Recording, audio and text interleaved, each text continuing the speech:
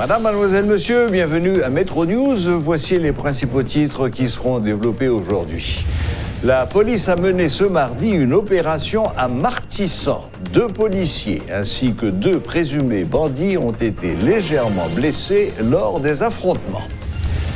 Le président Jovenel Moïse préconise une coordination entre la police et la justice en vue d'obtenir des résultats probants dans la lutte contre l'insécurité. Le chancelier haïtien Edmond Bokshitt a eu une brève rencontre avec le secrétaire d'État américain Mike Pompeo. Plusieurs sujets ont été abordés lors de ces échanges qui ont eu lieu en marge d'une réunion internationale dans la capitale colombienne.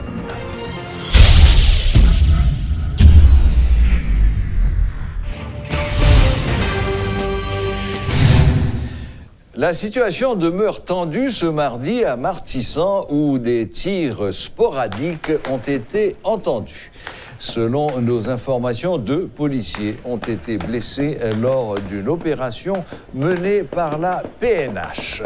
En réaction à ce climat d'insécurité, dans un tweet publié lundi, le chef de l'État a appelé, je cite, « la mise en place en urgence d'un plan coordonné du Conseil supérieur de la police nationale, CSPJ, avec les parquets de la République pour des actions concrètes visant à mettre fin à l'insécurité et au banditisme dans le respect de la loi ». Fin de citation.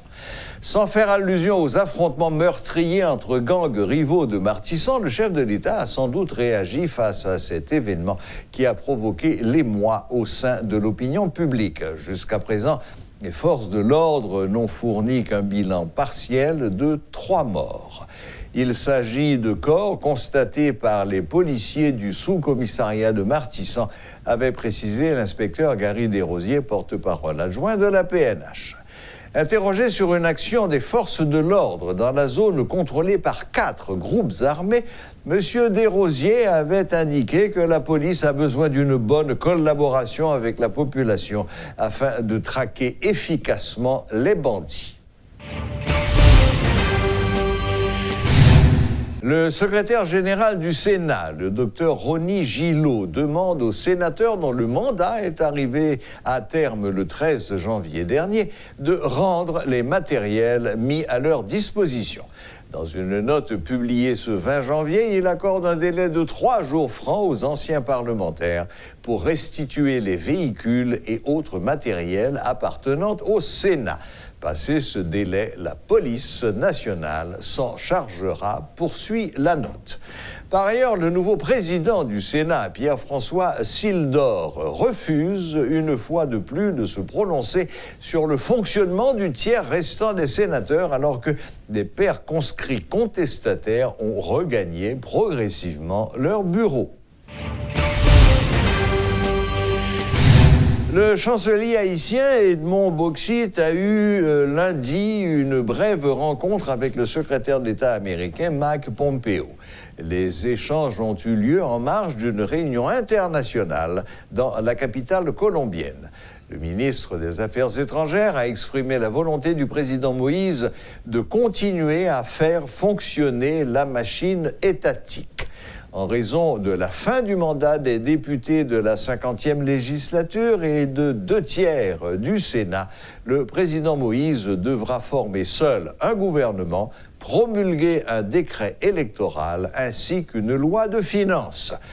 Lors de sa rencontre avec son homologue américain, M. Bokshitt a rejeté la responsabilité de cette conjoncture difficile sur les parlementaires.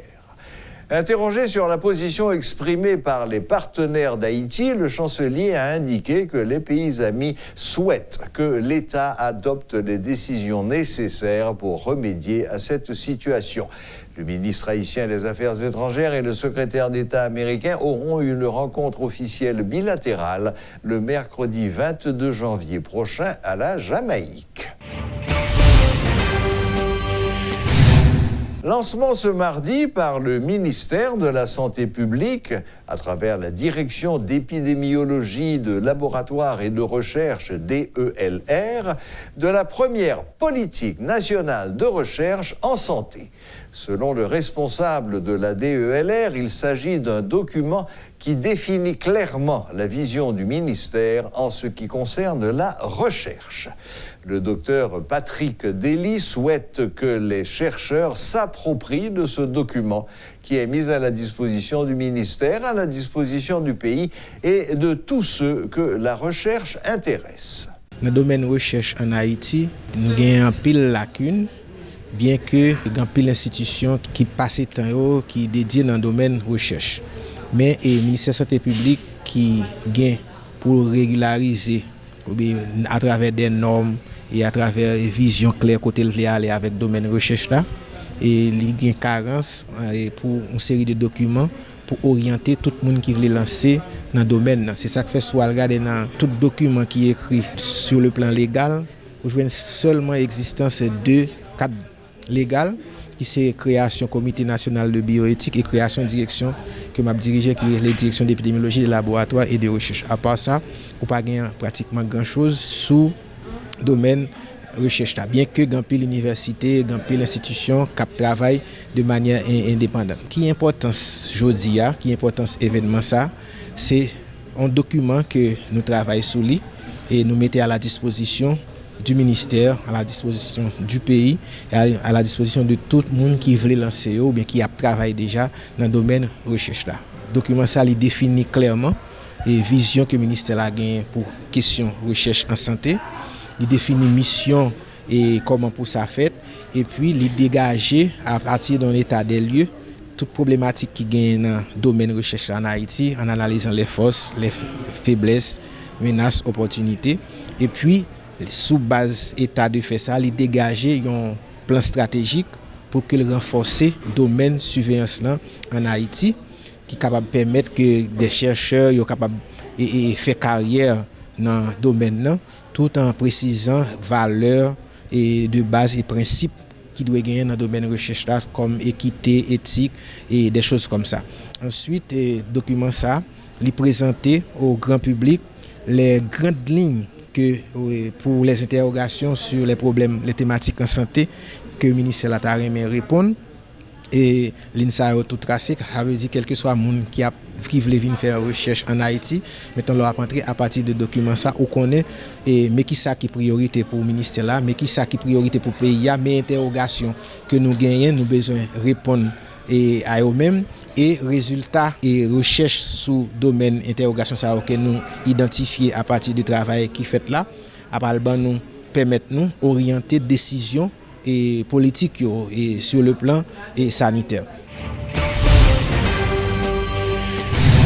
Des milliers de fidèles catholiques ont pris part ce mardi à une procession organisée à l'occasion de la célébration de la fête de Notre-Dame d'Altagrace. La circulation a été sérieusement perturbée au niveau de l'autoroute de Delma. Cette marche s'est déroulée sans incident. Suivez ce reportage de Rudolphe Pierre-Louis. Ce n'est pas la première fois, et loin d'être la dernière, des fidèles de l'église Notre-Dame d'Altagrace occupent complètement l'autoroute de Delma et c'est une véritable manifestation religieuse.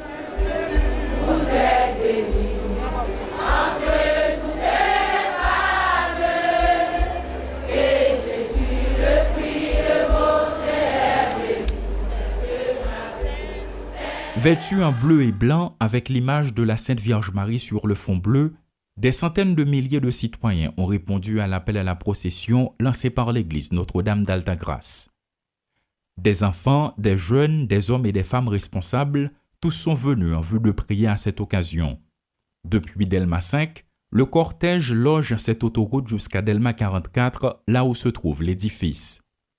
Des images, des banderoles, des drapeaux, des broches, entre autres, constituent le décor de ce rassemblement. Dans une atmosphère calme, ils chantent différents cantiques en signe d'adoration.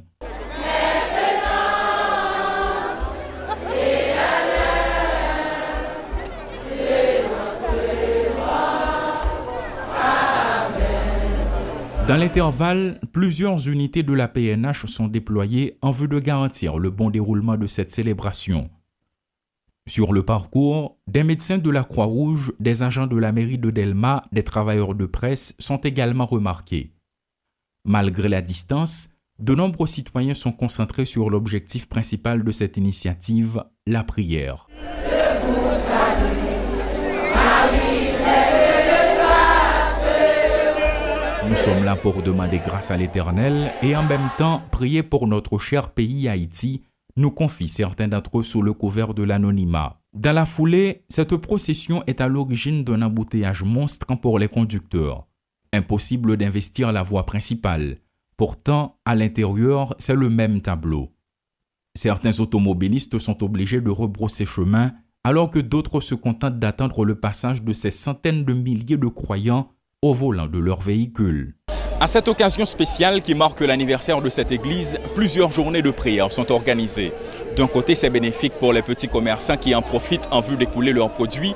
Et de l'autre côté, cette procession religieuse a des conséquences sur d'autres champs d'activité, notamment la circulation. Claude Désir et Rodolphe Pierre-Louis pour Télémétropole. La boucle est bouclée. Merci de nous rester fidèles et à la prochaine, même heure, même chaîne.